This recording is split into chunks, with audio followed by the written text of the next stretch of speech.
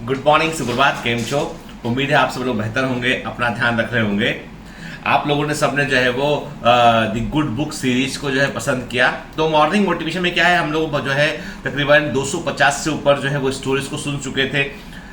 थोड़ा सा मोनोटोनस मेरे लिए भी लग रहा था और हो सकता है आपको भी, चूंकि आप का ओपिनियन बड़ा मैटर करता है, आपको भी मोनोटोनस लग रहा हो। ठीक है, अच्छी बात यह है कि बच्चों ने मॉर्निंग मोटिवेशन को अपनी एक हैबिट में शामिल किया है। बच्चों ने, कई बड़े लोगों ने भी और डिफरेंट कॉम्पिटिटिव एग्जाम के लोगों ने भी, जो मुझे बहुत जो है वो प्रेरणादायक लगा। मुझे भी इंस्पिरेशन मिलता है कि कुछ बेहतर करने का मौका मिल रहा है। मतलब देखो, ऐसा है, आज सोसाइटी में सबसे इंपॉर्टेंट जो चीज है, जिसकी जरूरत है, वो है कि हम एक प्रकार से हम पॉजिटिव सोच को अपनाएं।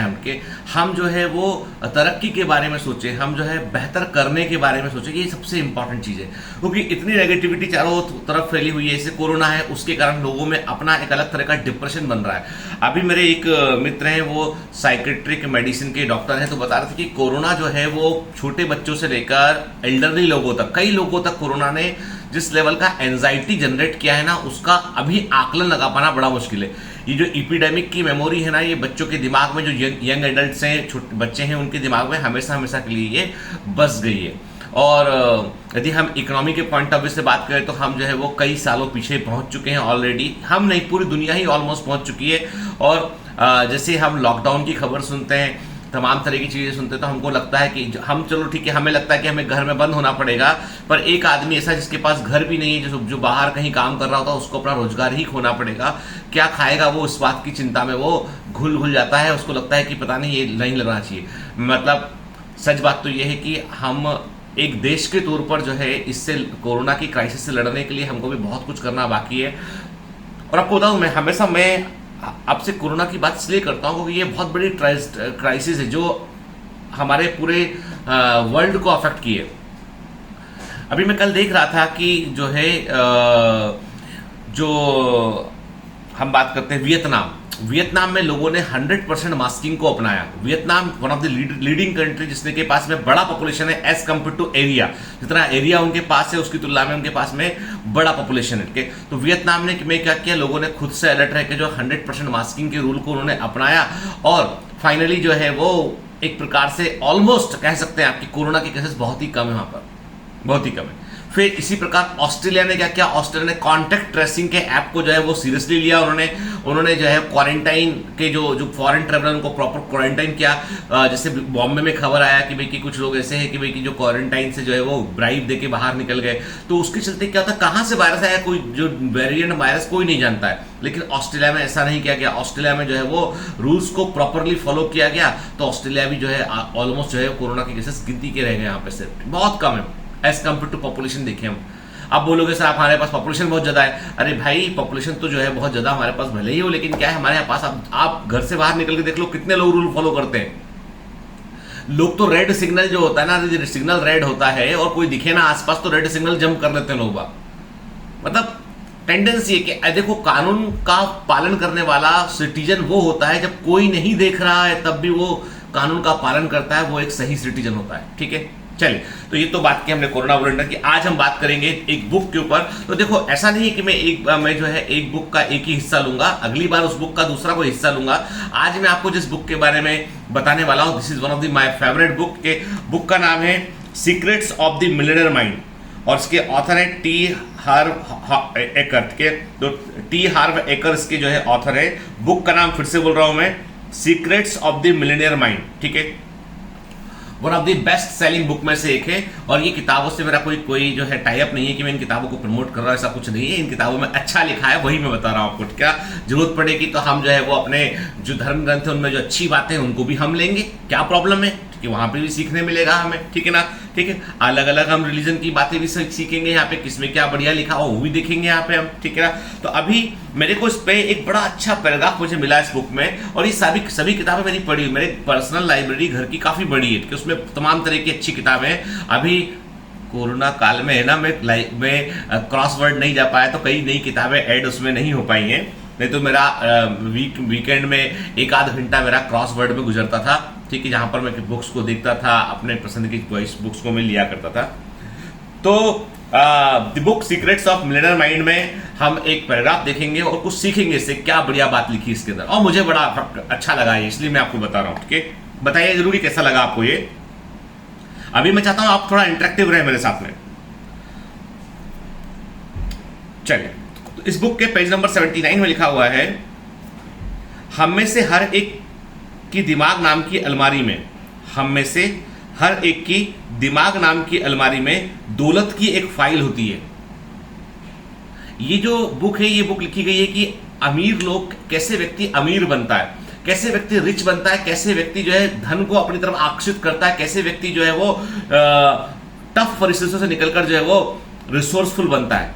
तो वो लिखते हैं, हम में से हर एक की दिमाग नाम की अलमारी में, हमारा दिमाग एक अलमारी के समान है, दौलत की एक फाइल होती है। इस फाइल में हमारे व्यक्तिगत विश्वास होते हैं, जिनमें यह भी शामिल होता है कि अमीर बनना शानदार क्यों होगा। हम सब चाहते हैं कि हम पढ़ाई लिखाई करें, अच्छा करें और हम रिच बने, हमारे पास अपनी खुद की घर हो, कार हो, हमारे पास कोई, हम जहां चाहे वहां जा सके। सब यही सपना देखते हैं। कौन चाहता है ऐसा कि वो कुछ करके कुछ ना करे। हाँ, हम चाहते हैं समाज के लिए हम अच्छा कंट्रीब्यूट करें, लेकिन पहले खुद भी तो रिसोर्सफुल बने। आप रिसोर्सफुल होकर कई लोगों की मदद कर सकते हैं, पर रिसोर्सफुल ना है तो मदद करना मुश्किल हो जाएगा। बहरहाल, कई लोगों की फाइल में यह जानकारी भी होती है कि अमीर बनना इतना शानदार क्यों नहीं होगा। कई लोग नेगेटिव वे में लेते हैं इसको। अब सुनिएगा, आप में से भी कई लोग उसको नेगेटिव वे में लेंगे। ठीक है, इसका मतलब है कि दौलत के बारे में उनके आंतरिक संदेश मिले जुले होते हैं। उनका एक हिस्सा खुशी से कहता है कि ज्यादा पैसे का मतलब है जिंदगी का ज्यादा मजा, लेकिन दूसरा हिस्सा चीखता है, हाँ लेकिन मुझे गधे की तरह काम करना पड़ेगा, इसमें क्या मजा है। एक हिस्सा कहता है कि मैं दुनिया भर की सैर कर सकूंगा, लेकिन तभी दूसरा हिस्सा कहता है, हाँ और दुनिया का हर आदमी मेरे सामने मदद का हाथ फैलाएगा। मतलब हमारे दिमाग में द्वंद चल रहा है कि हमें करना चाहिए कि नहीं करना चाहिए वो चीज। ये मिले जुले संदेश मासूम लग सकते हैं, लेकिन सच तो यह है कि यही वे कारण है जिनकी वजह से ज्यादातर लोग कभी अमीर नहीं बन पाते हैं। आप इसे इस तरह देख सकते हैं, ब्रह्मांड यानी उच्चतर शक्ति, हायर पावर, एक बड़े मेल ऑर्डर डिपार्टमेंट जैसा है, पोस्टल डिपार्टमेंट जैसा। ब्रह्मांड लगातार आपकी ओर लोगों, घटनाओं और चीजों को भेज रहा है। यूनिवर्स आपके लिए हमेशा काम कर रहा होता है। आप अपने प्रबल विश्वासों के आधार पर ऊर्जा से संचालित संदेश ब्रह्मांड की ओर भेजकर ऑर्डर देते हैं। कल जो बात की थी हमने, उसी कॉन्टेस्ट में इस बुक में क्या बात की गई है। दोनों बुक अलग अलग टाइम फ्रेम में लिखी गई हैं, पर बातें दोनों की सेम मिलती जुलती हैं। आप अपने प्रबल विश्वासों के आधार पर ऊर्जा से संचालित संदेश ब्रह्मांड की ओर भेजकर ऑर्डर देते हैं। आकर्षण के नियम के आधार पर ब्रह्मांड आपके ऑर्डर को पूरा करने की सर्वश्रेष्ठ कोशिश करेगा। लेकिन अगर आपकी फाइल में मिले जुले संदेश हैं, तो ब्रह्मांड यह समझ नहीं पाता है कि आप चाहते क्या है। अभी बोल रहे हो अमीर बनना अच्छा है, फिर बोल रहे हो नहीं यार लोग मदद मांगेंगे, फिर बोल रहे हो कि हमको जो है वो इसके जिंदगी का मजा ले पाएंगे, फिर तो नहीं बहुत काम करना पड़ेगा। तो ये मिले जुले संदेश हो गए। मैं बुक को एक्सप्लेन करता चलता हूं बेटा साथ में। 1 मिनट ब्रह्मांड सुनता है कि आप अमीर बनना चाहते हैं, इसलिए आपकी ओर वो दौलत के अवसर भेजने लगता है। लेकिन फिर यह आपको कहते सुनता है कि अमीर लोग लालची होते हैं, इसलिए ब्रह्मांड आपकी बात को मानकर ऐसी व्यवस्था करता है ताकि आपके पास ज्यादा पैसा ना रहे। लेकिन फिर आप सोचते हैं कि ज्यादा पैसा होने पर जिंदगी बहुत मजेदार बन जाएगी, तो बेचारा ब्रह्मांड दुविधा में दोबारा आपकी ओर ज्यादा पैसे कमाने के अवसर भेजने लगता है। अगले दिन आप प्रेरणाहीन मूड में रहते हैं, इसलिए आप सोचते हैं कि पैसा इतना महत्वपूर्ण नहीं है। हैरान परेशान ब्रह्मांड, यूनिवर्स आखिरकार चीख उठता है, पहले फैसला कर लो, तुम जो चाहते हो वह मैं तुम्हें दे दूंगा, बस मुझे इतना बता दो कि तुम चाहते क्या हो। अब सुनिएगा एंडिंग स्टेटमेंट इसका। ज्यादातर लोगों को अपनी मनचाही चीज इस प्रमुख कारण से नहीं मिलती है। सुनिएगा, ज्यादातर लोगों को अपनी मनचाही चीज इस प्रमुख कारण से नहीं मिलती है क्योंकि उन्हें पता ही नहीं होता है कि वे क्या चाहते हैं। ये मेरा one of the favourite paragraph है। क्योंकि देखो लाइफ में क्या होता है कि हम जो चाहते हैं ना उसको लेके हमें बहुत फिक्स रहना पड़ेगा। कि आपने कहा कि आपको यूपीएससी का एग्जाम निकाल के आपको आईएएस बनना है, ठीक है, या आपको मेडिकल एंट्रेंस निकाल के आपको टॉप का डॉक्टर बनना है, तो आपको हमेशा ये सोचना पड़ेगा कि आप कर सकते हैं उसको, ठीक है, वो आपके लिए रिजर्व है, वो आपका ही स्थान है। तो आप जब यूनिवर्स को ये संकेत भेजेंगे, ये इस तरह का आप उस यूनिवर्स के लिए जो है वो इस तरह का पॉजिटिव फीलिंग भेजेंगे, तो यूनिवर्स आपके लिए काम करेगा। अदरवाइज यूनिवर्स तो कंफ्यूज रहेगा। आज आप बोलते हो कि मैं मेडिकल की तैयारी करूंगा, कल बोलते हो नहीं नहीं मेडिकल तो कठिन है, मैं तो ये एग्जाम निकालना है, फिर बोलते हो नहीं आईएएस में तो होता नहीं है, अब एक काम करते हैं बैंकिंग की तैयारी करते हैं। तो वो क्या है, यूनिवर्स संकेत नहीं समझ पाता है ना, आप एनर्जी को फोकस कर पाते हैं यहाँ पे। इसीलिए सही संकेत भेजना सीखिए। हम सब जो है ना एनर्जी के एक पॉकेट के समान है, तो हमारी जो एनर्जी है ना वो निकल के बाहर जाती है, और ऊर्जा तो ऐसी होती है लूट के आएगी वापस, क्या कभी व्यर्थ नहीं जाएगी।